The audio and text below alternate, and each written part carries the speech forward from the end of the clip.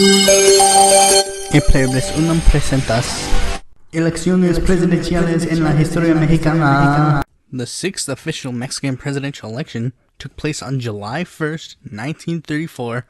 After Rubio won the presidency, he was nearly assassinated.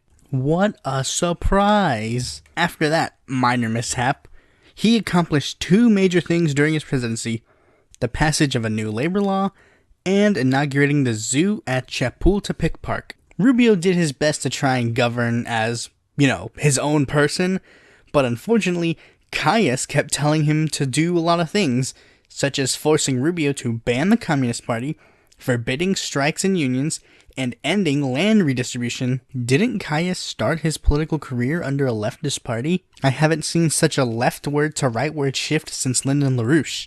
Due to these reasons, Rubio eventually decided to resign on September 4th, 1932, stating that Calles' rule was, quote, a thinly veiled dictatorship, and that he resigned, quote, with my hands clean of blood or money. That same day, Calles replaced him with Secretary of Defense Abelardo L. Rodriguez. Rodriguez's administration had significant accomplishments such as restoring public education, constructing roads and highways across Mexico, creating multiple financial institutions, but the most prevalent to this series in particular, extending the presidential term from 4 years to 6 years. I mean, what does it matter anyways? Calles is the one pulling the strings. I mean, it's not like Mexico's gonna have a big political revolution. Now on to the election itself. The National Revolutionary Party, still under the political control of Calles, was on its way to support the candidacy of Mexican General and former Governor Coahuila, Manuel Perez Trevino, since Calles was ordering them to do so. However, they chose to defy him and chose to nominate General and former Governor of Michoacan, Lázaro Cárdenas, instead. Calles was alright with this, as Cárdenas has been associated with Calles for 2 decades now, so he could easily be manipulated. Cárdenas was running on what he called the 6-year plan, modeled after the just completed 5-year plan of the Soviet Union. The plan called for the destruction of the hacienda economy and creation of a collective system of ejidos, modern secular schools to teach scientific doctrines and eradicate the influence of the Catholic Church, and workers' cooperatives to oppose the excess of industrial capitalism.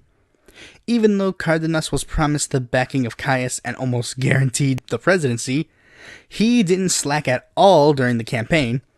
While presidents before him mostly stayed focused on campaigning in Mexico City, Cárdenas chose to go to the very rural parts of the country that had never seen a presidential candidate in their lives.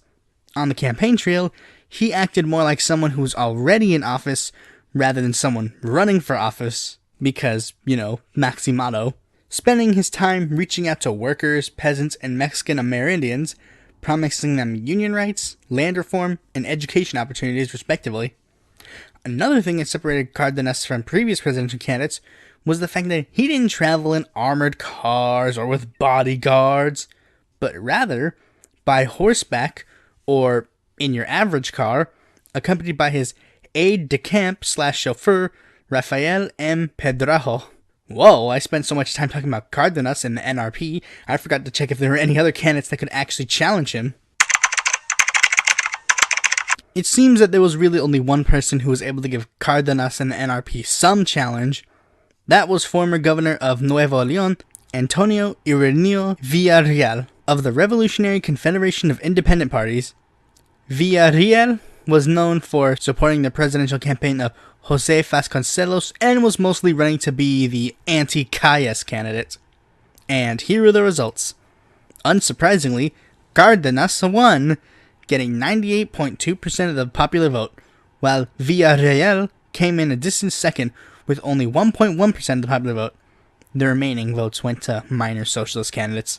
However, after Cárdenas was inaugurated to be the 44th president, things immediately took a turn for Mexico's political scene. You see, even though Cárdenas had Calles' seal of approval, that approval was not mutual, as Cárdenas disapproved of Calles' positions that I mentioned at the beginning of this video, as well as his support for a paramilitary fascist group called the Gold Shirts. So Cárdenas made the stunning decision to remove prominent Callistas from positions of power, as well as exiling many of Calles' most prominent political allies, such as Emilio Portes Gil and Aaron Sáenz, thus beginning the end of Maximado. But wait a second, what would happen to Calles in the National Revolutionary Party? Well, you gotta tune in next time to find out. Te veré para las próximas elecciones, amigo. Thanks for watching this video. Be sure to like, comment, subscribe, and click that bell to be notified when a future video of mine comes out. And if you're interested in more political content from me, you can go to my website or follow me on Facebook, Twitter, or Quora, or check out my articles on the Independent Political Report. I'd say a little funny question relating to the video topic, but none of you answered them anyway, so why bother? Speaking of questions, I have a Q&A. Please ask questions because I want questions. Every time I ask for a Q&A, nobody gives me questions, bro. Give me some questions. I want to answer something. Core is not that helpful because all the questions there are dumb. I want thought-provoking questions from my fans. There's 101 of you. I already got 2 to ask me questions. I have a lot more to go.